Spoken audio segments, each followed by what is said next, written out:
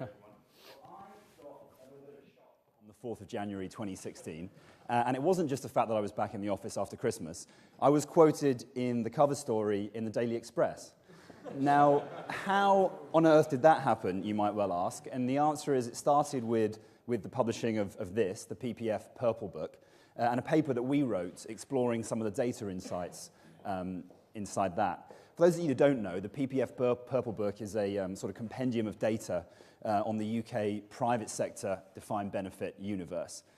And it's 10 years now since the PPF was launched, so a whole decade of data in that book. And I think you'll agree it's been a pretty uniquely challenging and interesting 10 years for pension funds. So plenty of good insights there, and if you'd like to read more, I'd really encourage you to download our paper. But I've got time now just to run through a really small number of the bits that I thought were really interesting in that. And the first place to start when I looked at the data was the assets, and this is the asset story. And it's one of a pretty incredible growth over the last decade. And as Rob already said, a large part of that is down to contributions, maybe between about a third and a half of that growth has come from sponsor contributions. But what I thought was interesting is when you look at the volatility. And in fact, the volatility of that asset has been only 5% per annum, which I would thought was surprisingly low. Now, the picture changes a little bit when you overlay the liabilities. And I think most of you will be familiar with the narrative of liabilities growing faster than assets. But again, the interesting thing to look at there, I thought, was the volatility. So a volatility there of 14% per annum of the liabilities, nearly 3 times that of the assets. Okay, so let's try and look at some of the trends going on underneath that data. And a sort of obvious place to start is with the asset allocation data. And this is a simplified graph of the asset allocations that were contained in that data. And the green area there is the allocation to equities on average in that universe, which has gone from 61% in 2006 down to 33% in 2015. And I was looking at some data the other day that suggested if you took that graph back a decade, you'd see numbers up in the 80% sort of allocations in the mid to late 90s. So a really, really clear trend of moving away from equities. And as we'll see in a second, that's had consequences for the risk levels and also for the return levels. Now, the second really important trend over that period of time, I think, can be best looked at by looking at the KPMG LDI survey. And that's the uptake and adoption of liability hedging and LDI, which has really grown quite rapidly over that period as well. Albeit that's in the context of a rising liability value, which means that the overall hedge ratio might not have grown by quite as much as you might think.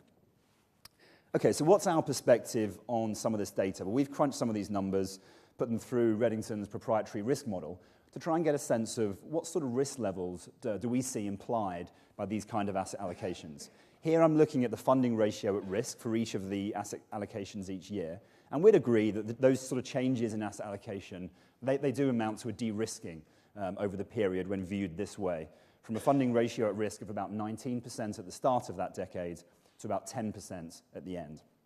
So risk is one side of the coin. Now, what about return?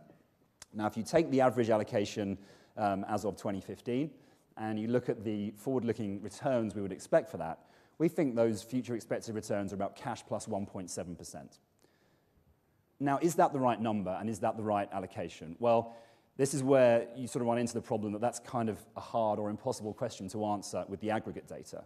But the good news is any individual scheme can absolutely answer that.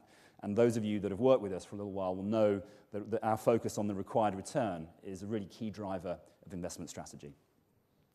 But one thing we can do with the overall data, the total data, is run some projections of assets and liability values into the future. And this is a projection of the total liabilities on a self-sufficiency basis, just projected forward using the current forward yield curves through time. Now, clearly, huge amount of uncertainty in making any sort of projection over this period of time, but just simply projecting with today's yield curve, we see that present value of liabilities running off over about 50 years, and it halves over about 30 years. Now, once we've got that line, we can overlay some projections for what the assets do and kind of see how that asset value plays catch up with the liability line, and for a few different scenarios. And the reason that's interesting, I think, is because this kind of gives you a bit of an insight into for how long people like us are going to sit in rooms like this and talk about the management of defined benefit pension schemes. And the answer is, well, it's pretty hard to see that line catching up over 10 years. You need pretty heroic assumptions about asset returns to do that. Over 15 years, it doesn't look impossible. We think with the current asset allocation, maybe 20 years is more likely. And if contributions were to reduce back down to sort of 2006 levels, then it might be a little bit longer than that. So just to wrap up then, I think there's some fascinating insights in the aggregate data, and if you want to read more, do download our paper. But really the key message is that the pension scheme investment strategy is about you and knowing your particular required return and making sure that any de-risking or asset allocation decisions are made consistently with that. Thanks very much.